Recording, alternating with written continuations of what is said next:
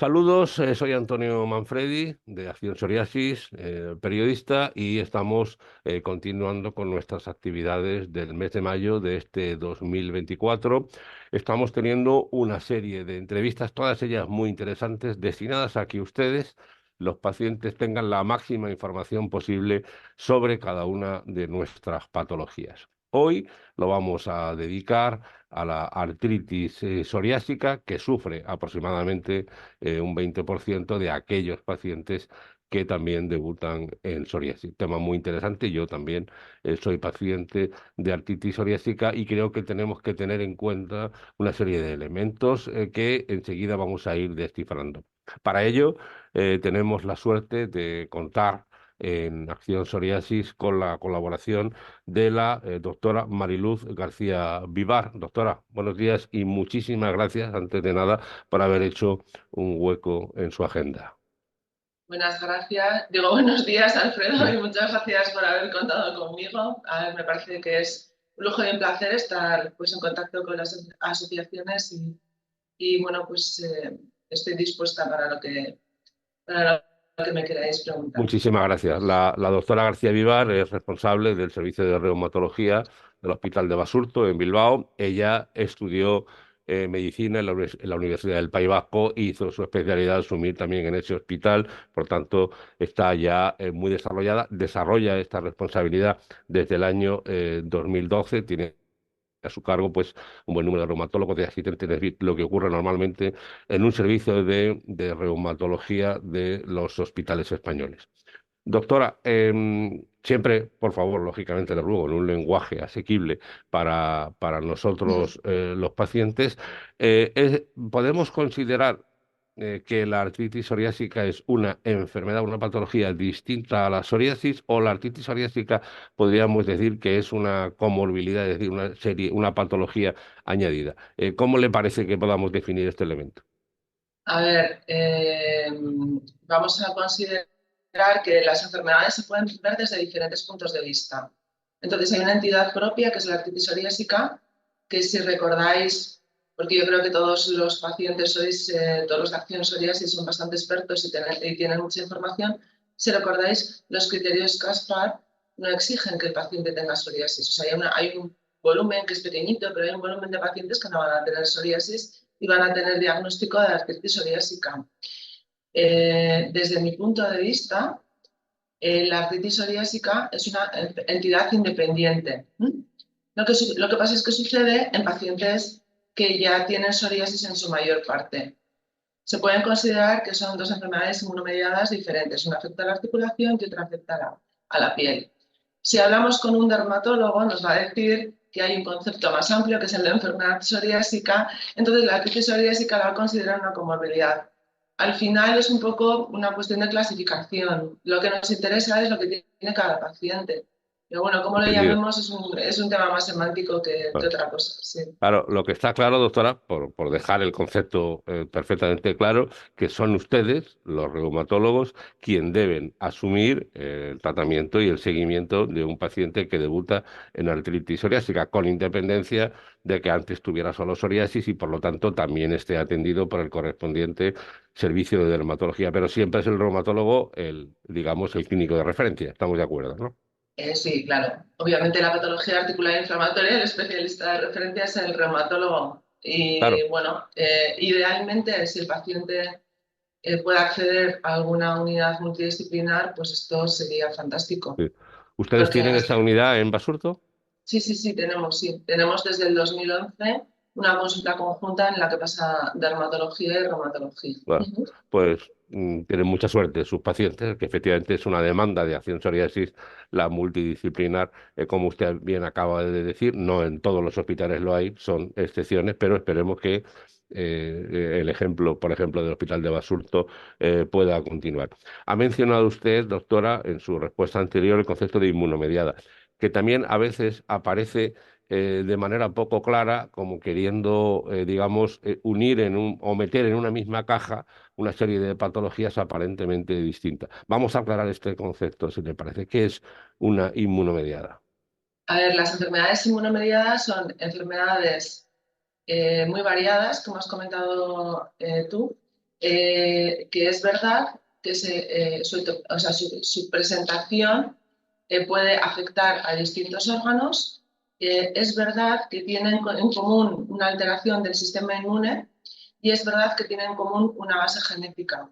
Y dentro de todas estas enfermedades inmunomediadas, si hacemos un análisis genético, vemos que comparten esa base genética, por ejemplo, muy frecuentemente la espondiloartritis, la psoriasis, la enfermedad de Crohn. O sea, hay una serie, dentro del grupo de inmunomediadas va a haber una serie de enfermedades que van a estar muy próximas genéticamente.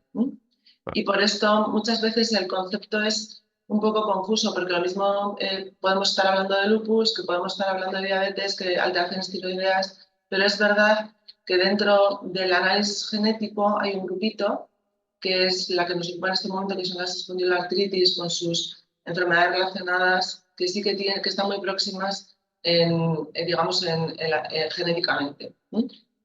Esto significa, como consecuencia, doctora, usted me confirma, que muy probablemente haya tratamientos que se puedan aplicar a varias de ellas, es decir, que la farmacología sea similar en algunos casos, ¿no?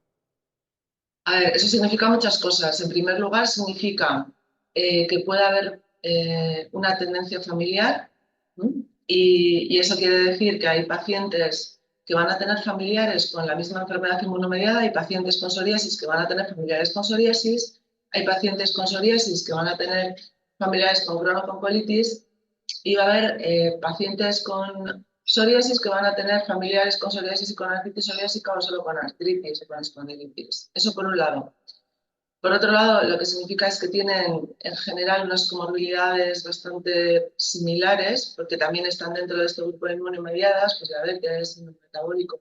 Y significa también, como tú dices, que va a haber fármacos que pueden actuar en todas ellas, pero ojo, que no todos. O sea, esto es un Claro. poco cañoso a veces. Entonces sí que van a compartir fármacos que valen para todas, pero otros fármacos no van a ser eficaces en todas las enfermedades o en todas las manifestaciones que puede tener un paciente. Perfecto, doctora. Detección precoz. Este es un titular. Yo como periodista sería uno de los elementos que pondría de manera principal si estuviera escribiendo una crónica. ¿Por qué? Pues porque una degeneración articular, digamos, no se recupera, se puede detener.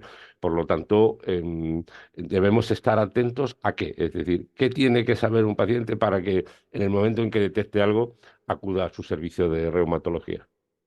A ver, vamos a hablar del 80% de los pacientes con artritis psoriásica, que son los pacientes con psoriasis, y también vamos a hablar de los pacientes que sean familiares, que tengan familiares con estas manifestaciones que hemos comentado, que tengan familiares con espondiloartritis, con Crohn, con colitis o con psoriasis, o sea, que el paciente lo padezca o que el paciente o que esté en una familia, ¿no? Y lo que el paciente tiene que tener en cuenta es que el dolor articular que no tenga ningún otro tipo de explicación, sobre todo cuando las articulaciones se inflaman. Y me estoy refiriendo a articulaciones de manos y de pies, pero también me estoy refiriendo a otras articulaciones más grandes como las rodillas. El dolor de espalda o el dolor de cuello que le despierta o que el paciente se ve peor a las mañanas, y pues también los síntomas de entesitis. La entesitis y la dactilitis van a ser muy típicas de estas enfermedades. El dolor en los talones, la fascitis plantar, lo que la gente llama espolón, y la afectación del tendón aquilio son bastante características de esta enfermedad. Y la dactilitis que hemos comentado normalmente es que se inflama todo un dedo, o sea, no se inflama la articulación, se inflama un dedo entero, lo que la gente llama dedo de salchicha. Pues esto es muy típico también de este grupo de enfermedades. Claro, esto lo tiene que tener en cuenta el paciente, pues el paciente lo que tiene que sentirse es con dolor, con inflamación, y el síntoma que más diferencia el estado inflamatorio es la rigidez, sobre todo la rigidez a las mañanas. Si un paciente se levanta a las mañanas y no se encuentra que no se puede mover, que le cuesta hacer puño, que le cuesta vestirse, que le cuesta levantarse de la cama, y esto le dura más de media hora, y yo creo que lo tiene que consultar. Esto, bueno, Perfecto. yo creo que de los estudios que se han hecho, la rigidez normalmente es lo que más marca el dolor mecánico, lo que más diferencia el dolor mecánico del inflamatorio. Sí. Pues queda claro. Si hay rigidez, más de 30 minutos, acudir a tu médico de familia que te derive al especialista, sobre todo si hay antecedentes en tu entorno de estas patologías. Doctora, ¿es un tópico? Le pregunto, ¿es un tópico decir que este tipo de patologías solo afectan a personas ya de mediana edad hacia arriba? Es decir, que no ocurre en personas jóvenes. Y sí, ocurre en personas jóvenes. A O sea, que ver, es que es la un edad de tópico. presentación, claro, la edad de presentación son 50 años más o menos, porque es verdad que los pacientes primero empiezan con psoriasis y después hacen artritis al cabo de 10 años. Sí, pero es verdad que lo que hemos comentado antes, que hay un grupo de pacientes que va a empezar mucho más pronto. Hay un grupo de pacientes en que la psoriasis y la artritis empiezan a la vez. Y esto es así. Y hay incluso niños con espondiloartritis que acaban teniendo formas muy similares a la artritis psoriásica. O sea, que una enfermedad tenga más prevalencia en un grupo de edad no quiere decir que no se pueda presentar en gente más joven. Y la artritis psoriásica es un ejemplo, puede aparecer en gente más joven. Y de hecho yo te diría que todo lo que hemos comentado en la pregunta anterior, los síntomas de alarma son mucho más significativos en gente joven, porque en la gente mayor a veces hay otras causas de que te puedas encontrar mal y puedas estar agarrotado. Muchas veces tienes artrosis y no siempre pero es difícil diferenciar. ¿Vale? Luego, doctora, aquí hablo también por mi experiencia personal. También uno tiene artritis psoriásica, pero tiene también edad y se pueden manifestar otras patologías paralelas, ¿no? Por la pura edad, es decir, por el propio desarrollo. Es decir, cómo tiene que actuar una persona ya de más edad, que debutó hace muchos años en artritis psoriásica y que tiene otro tipo ya de complicaciones propias de la edad, como decimos en broma en la asociación, pues la garantía ya deja de estar válida en estas articulaciones principalmente. ¿Cuál debe ser la actitud del paciente? Regresar al reumatólogo, manifestarle que tiene esas molestias o de alguna manera debe implicar a otras especialidades, por ejemplo, traumatología o alguna de ellas. A ver, normalmente cuando uno tiene una artritis psoriásica, lo normal es que le esté viendo un reumatólogo y si no le está Sí. viendo de forma regular porque no tiene un tratamiento, porque no tiene actividad, lo lógico es que el reumatólogo le diga que en caso de que vuelva a presentar síntomas, que contacte con la consulta. Vamos, esto sería el estado ideal. Y debería ser el reumatólogo el que le remita a otras especialidades cuando sea necesario. Y en otras especialidades me refiero a traumatología, si requiere una prótesis, a rehabilitación, vamos, desde el punto de vista articular. Y luego es verdad que no solo desde el punto de vista articular estos pacientes tienen problemas. Muchas veces hay mucho aumento del riesgo cardiovascular, hay comorbilidades asociadas, es síndrome metabólico. Lo ideal es que desde la consulta de reumatología haya vías de acceso pues preferentes, por lo menos con otras especialidades. Vale. Esto yo creo que está bastante desarrollado en general en todos los hospitales. Sí, el tema de las comorbilidades era un tema que iba a preguntarle, yo lo ha planteado usted, porque, por ejemplo, hay pacientes que no saben, pues, la afectación ocular, por ejemplo, ¿no? La posibilidad de aparición de una uveitis que requiere, lógicamente, acudir al departamento de oftalmología. En todo caso, doctora, creo que del espíritu que está claro de la entrevista que estamos manteniendo con usted, insisto, estamos entrevistando a la doctora Mariluz García Vivar, que es la responsable de reumatología del Hospital de Basurto en Bilbao. Está claro que el acceso al especialista cuanto antes mejor y que un retraso en sentarse en su consulta para iniciar el proceso es perjudicial. Sin embargo, somos conscientes, doctora, de que hoy, bueno, España es muy distinta en sus distintos servicios sanitarios, pero es muy distinta. Es muy difícil acceder con rapidez y con eficacia al servicio de reumatología. La mochila, si me permite la expresión, que lleva un paciente cuando se sienta delante de usted puede ser una mochila de mucha preocupación, de mucho tiempo de espera, meses, incluso años, ¿no? ¿Cómo podemos resolver esta cuestión? A ver, el tiempo de espera desde que un paciente comienza con unos síntomas hasta que es diagnosticado, yo creo que tiene tres etapas, ¿no? Primero es que reconozca al paciente que le está pasando algo, que esto parece un poco obvio, pero no siempre es así, pues porque hay hay gente que tiende a minimizar sus síntomas. Entonces, primero que consulte, el paciente sea consciente de la patología que puede tener y en esto yo creo que no solo la información que te puede dar el sistema sanitario, sino también las asociaciones de pacientes tenéis una labor muy importante. Sí, Empieza ahí. El paciente se tiene que dirigir a su médico de primaria o si ya le está viendo al dermatólogo, yo creo que esto es más sencillo. Si un paciente con psoriasis le está viendo a un dermatólogo es mucho más fácil o mucho más cómodo que haya como más interconexión entre dermatología y reumatología. Nosotros desde primaria yo creo que cada vez es algo que también es más frecuente para gestionar las listas de espera. Lo que tenemos es un concepto de consulta no presencial, que el médico de primaria nos consulta y así podemos priorizar y optimizar, digamos, las primeras consultas, con lo cual el tiempo de espera no es tan grande. Es verdad que estamos en un momento complicado porque todos sabemos que hay falta de especialistas, pero bueno, esperemos que esto no sea un gran problema para que los servicios de reumatología podamos dar respuesta. También yo creo que las asociaciones de pacientes en este sentido nos podéis apoyar y podéis intervenir en el sistema o podéis colaborar con los sistemas pues para que los sistemas muchas veces vean que es necesaria la presencia de unos servicios potentes que puedan dar respuesta a las necesidades de la población. sí, esa es una demanda, coincidimos con usted totalmente, doctora, y siempre estamos en ello.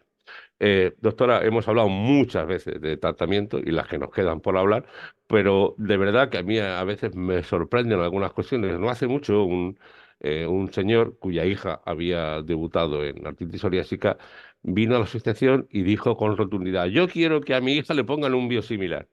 Yo me quedé así un poco, digo, ¿por qué un biosimilar ha pasado ya? Es decir, ya el señor, imagino que porque había buscado información en Internet, que me parece muy legítimo, un padre preocupado, faltaría más, pero me llamó la atención que él ya viniera con la decisión tomada de que quería pedirle a su médico un biosimilar, no sé por qué, o podía ser otra cosa. Entonces, si le parece, vamos a hacer un repaso en este sentido de cómo aborda usted cuando llega un paciente o una paciente que acaba de debutar, cuál es el proceso que sigue hasta llegar a los tratamientos más modernos, como puede ser la terapia biológica, ¿no? A ver, yo creo que es el que seguimos todos, ¿no? El que recomiendan un poco las guías. El primero es diagnóstico. Segundo es ver qué afectación presenta el paciente, si presenta más entesis, si presenta más afectación de columna, si presenta artritis periférica, o sea, artritis de manos, de pies, que vamos a decir que la artritis periférica es la más frecuente en la que se ha tenido en cuenta en casi todos los ensayos clínicos con medicamentos. Entonces, primero se intenta controlar con los fármacos habituales. Pues cuando digo los fármacos habituales me refiero a los clásicos, metotrexato, algunas veces de formalina. Y si esto no es posible o el paciente no lo tolera, ya sí que habría que escalar y buscar otras alternativas. Igual este paciente hablaba de ponerle un biosimilar a su hija porque es verdad que biosimilar es lo que se tiende a poner en todas las comunidades en primer lugar cuando se hace la terapia biológica, pues por un tema de precio, por un tema de coste-eficiencia. Perdón, Y doctora, por tenerlo claro, un biosimilar es una molécula que ya no paga la correspondiente patente que se ha pagado con el medicamento original y que por lo tanto ya se produce de manera más amplia por otros laboratorios y por tanto el precio se reduce al máximo. Ese es el concepto, ¿verdad? Biosimilar es una molécula similar, o sea, no se pueden hacer copias como se hace con los genéricos, es una molécula similar al original que en este momento tiene estudios en laboratorio y en este momento todavía hay estudios en ensayos en humanos en los que ha demostrado que su eficacia no es ni muy superior ni muy inferior a la molécula original. O Perfecto. sea, los biosimilares en este momento, si no cambia la legislación, tienen todavía estudios en humanos. Si cambia la Muy bien. legislación, veremos lo que pasa. Y la verdad es que podemos discutir si es conveniente no tener o no es conveniente el uso de biosimilares, pero sí que permiten abaratar costes y tratar Claro. a más Mayor pacientes. acceso, por supuesto, sí. Ujú. Sí, Perdón, le había interrumpido. Comentábamos con eso. Ahora, así es verdad. sí, Bueno, los biosimilares que hay en el mercado en este momento son anti-TNF, son fármacos anti-TNF. Otros productos biológicos que tenemos son dirigidos contra otras dianas. contra IL-23, que básicamente son ustekinumab y los nuevos inhibidores de IL-23, que son pues, otros tres, que no sé si queréis que los mencione. No hace falta, doctora, Y yo creo que sí, entendemos, no hace falta hablar de marcas de concretas, sí. marcas, por esto. Sí. Y luego tenemos los inhibidores de IL-17 y los inhibidores de la janusquinasa, que cada vez hay un par de productos en el mercado. Se me había olvidado también los inhibidores de la fosfodiesterasa 4. En este momento solo hay uno con indicación para psoriasis y para artritis, que es acrylas, Sí. que igual es un fármaco, pues bueno, que tiene menos efectos adversos. También en el horizonte han aparecido los JAK. He visto que muchos de ustedes hablan de luteción. ¿Qué es un JAK, doctora? Porque esto sí es un concepto más novedoso, ¿no? Sí, lo del tema de los inhibidores de angiostinasa son pequeñas moléculas, es una vuelta un poco hacia atrás. Digamos que dejamos los fármacos que funcionan fuera de la célula y entramos dentro de la célula, que esto también lo hacen el metotrexate, la diflomida y el apremilast, que es un inhibidor de la fosfodiesterasa 4. Los inhibidores de janusquinasa lo que hacen es inhibir la señal de dentro de la célula, la señal inflamatoria, por decirlo así. ¿Qué es lo que pasa? eh, que actúan en los receptores de distintas interleuquinas, y esto quiere decir que tienen un efecto como más amplio que, que los fármacos biológicos, que actúan contra una interleuquina. Que tengan un efecto más amplio quiere decir que su eficacia es un poco diferente y también quiere decir eh, que probablemente su seguridad está un poquito más en entredicho, aunque esto yo creo que está por demostrar. Y ustedes ya los están utilizando con normalidad en consulta. Sí, sí, sí. Los inhibidores de Hanskinases se utilizan por parte de los reumatólogos, se utilizan en artritis reumatoide, se utilizan en artritis psoriásica, se utilizan en espondiloartritis en general y por parte de los dermatólogos tiene indicación en dermatitis atópica y hay alguno que creo que también tiene para alopecia. No sé si está ¿De financiado o acuerdo? no, porque... Mm. Doctora, a mí como paciente me sorprende mucho, siempre se lo comento a los clínicos que entrevisto, su amor por el metotrexato, un medicamento que tiene, pues, no sé, 70, 80 años, creo, desde que él se está utilizando, que sigue siendo un elemento que está encima de la mesa de ustedes y que utilizan con muchos pacientes. Y claro, uno tiene la sensación de que es una cuestión de precio a veces, porque evidentemente es un elemento que tiene problemas de hígado, puede ser hepatotóxico, hay que tener mucho cuidado, etcétera. Sin embargo, sigue muy vigente su uso. Y uno, desde el punto de vista del paciente, a mí me sorprende, ¿no? Que un medicamento de ese peligro, entre comillas, siga encima de la mesa. A ver, si comparamos el peligro del metotrexato, como dices, con el resto de la medicación, a ver, no, tampoco es tan tóxico, ¿eh? Mm. De hecho, es verdad que nosotros utilizamos mucho el metotrexato inicialmente copiando, como te he dicho, la mayor parte son artritis periféricas, entonces copiando los tratamientos de la artritis reumatoide, lo hemos utilizado mucho y lo seguimos utilizando mucho. Es verdad que, por ejemplo, en América el grupo GRAPPA inicialmente no consideraba que el metotrexato era un fármaco útil en la artritis psoriásica y que no tenía evidencia, pero estamos viendo que las últimas recomendaciones ya sí que han considerado que hay evidencia suficiente para utilizar metotrexato en artritis psoriásica, incluso, bueno, pues que tiene efectos positivos en la psoriasis. A ver, es una herramienta terapéutica más. Vale. Por añadir otra cosita, si me permites, es Sí, verdad claro. que el metotrexate, por ejemplo, con los anti-TNF, el uso combinado nos permite prolongar la vida útil de ciertos fármacos. O sea, tiene bondades también, no vamos a decir que todo es malo. Y el tema de la hepatotoxicidad, es cierto que en pacientes con artritis psoriásica hay que tener un poquito de especial cuidado porque soléis tener más problemas de hígado graso alcohólico o no alcohólico, ahí no entro, Sí. porque aquí en Bilbao se bebe.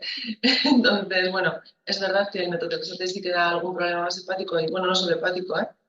Pero es verdad también que, bueno, pues los pacientes los tenemos bastante controlados, con controles analíticos frecuentes, que ante la duda se piden ecografías, se hacen estudios, y que si hay algún problema se retira, tampoco estamos empeñados en provocar toxicidad en nuestros pacientes, claro. De acuerdo. Doctora, llevamos ya prácticamente 25 minutos de entrevista y hay algunos temas que me gustaría plantear.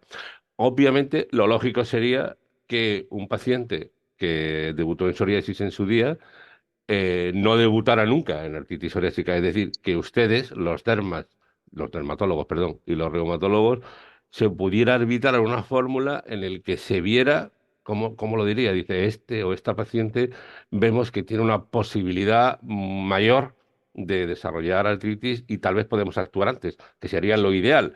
No sé si me explico. Es decir, ¿existe alguna evidencia por parte de ustedes de que un paciente puede ser más propenso a debutar en artritis psoriásica?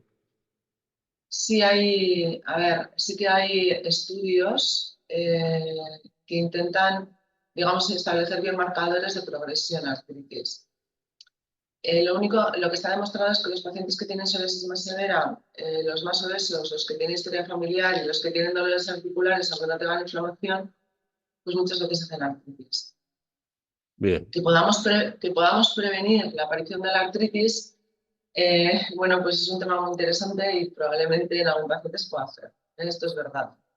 De hecho, hay grandes estudios poblacionales en que si tratamos la psoriasis moderada grave eh, con ciertos tratamientos, entre ellos biológicos, probablemente en esa población haya menos incidencia de artritis. No desaparece, pero probablemente menos incidencia. ¿Qué es lo que pasa? Que los estudios poblacionales muestran un poco resultados dispares, no comparan lo mismo. Bueno, pues a veces los resultados son dispares.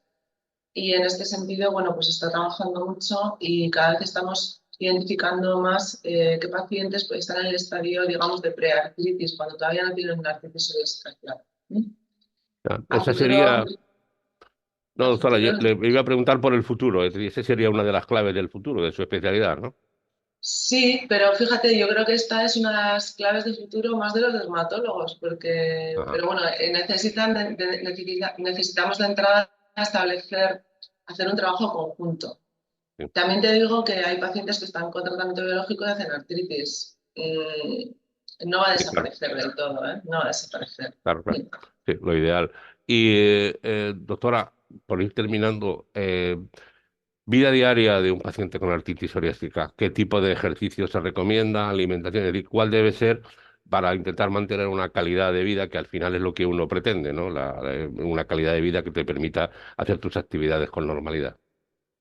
Yo creo que los consejos en este sentido siempre hay que individualizarlos. O sea, creo que lo que tenemos que aspirar es que el paciente con artritis psoriásica haga su vida normal, como si no tuviera artritis. Que haga ejercicio, el ejercicio que le permita su estilo de vida y sus dolencias articulares. Desde luego, yo nunca recomendaría ejercicio de alto impacto o de alta intensidad en pacientes que tengan todavía mal controlado el cuadro inflamatorio o en pacientes que tengan muchas secuelas. En estos pacientes, pues igual sería suficiente con paseos y con ejercicios más moderados. Y en pacientes jóvenes que están acostumbrados igual a hacer deporte y en los que se consigue un control estricto de la enfermedad, yo no tengo ningún problema en que cuando estén controlados estén haciendo deporte. No nos tenemos que olvidar que hay una parte que interviene en la patogenia este tipo de enfermedades, que son los traumatismos repetidos. En los deportes de alto impacto, en pacientes predispuestos, sí que pueden provocar que una lesión, o sea, a veces una lesión deportiva se puede prolongar y ahí pues detectamos que el paciente está haciendo una sinovitis y que está haciendo Claro. una artritis. O sea, esto no, tampoco lo tenemos que olvidar, ¿no? O sea, deportes de alto impacto, yo diría con moderación, siempre en pacientes muy controlados y deportes normales, pues, o bicicleta, paseos, esto sin exagerar en toda la población. De acuerdo, doctora, para terminar, no sabemos cuándo la persona que nos esté viendo o escuchando lo hará, pero prácticamente coincidiendo con esta entrevista, ustedes van a tener el Congreso Nacional. Este año se van ustedes a Canarias, mucha suerte. Y le quería preguntar qué expectativas hay de ese Congreso. Ustedes allí hay, digamos, ya novedades terapéuticas que van a ustedes a tratar allí. ¿Y qué expectativas tiene este Congreso? Bueno, los congresos nacionales siempre son como un resumen de todo lo que se ha visto durante el año y tenéis que tener en cuenta que la formación continuada de la SER es muy potente, bueno, de la SER y también de la industria, pero en este momento estamos hablando de la Sociedad Española de Reumatología, es muy potente y que contempla ya simposios y talleres de artritis reumatoidea, que esto es interesante. De hecho, tenemos un taller a últimos de abril. En el Congreso Nacional siempre hay una mesa dedicada a artritis psoriásica y este año se va a volver a hablar de microbiota. Vamos a hablar también de formas específicas que a nosotros nos interesa mucho pues, tipificar mejor, como las formas axiales, y si hay o no utilidad de ciertos tratamientos en estas formas en nuestros pacientes. Y vamos a hablar también de lo que has comentado tú, porque se está trabajando con plataformas con grandes bases de datos como la de Trinex y se está viendo lo que hemos comentado antes, si los pacientes tratados con psoriasis, los pacientes con psoriasis tratados se puede evitar el desarrollo de la artritis psoriásica y estas plataformas nos pueden ofrecer pues, digamos, como resultados más fiables porque abarcan a muchísimos pacientes. Y en cuanto a tratamientos, pues bueno, hay alguna novedad que se viene dando en estos últimos años, hay algún nuevo inhibidor de IL-17, hay alguna nueva inhibidor de janustinasa que son prometedores y bueno, pues estamos deseando probarlos, la verdad. Muy bien. Pues, Acción Psoriasis estará en el Congreso, doctora. Allí podremos saludarles. Muchísimas gracias a la doctora García Vivar por haber hecho este hueco. Ella es la responsable del Hospital de Basurto en Bilbao. Doctora, un fuerte abrazo y gracias de verdad por haber estado con nosotros. Vale, muchas gracias a vosotros, un placer. ¿Vale?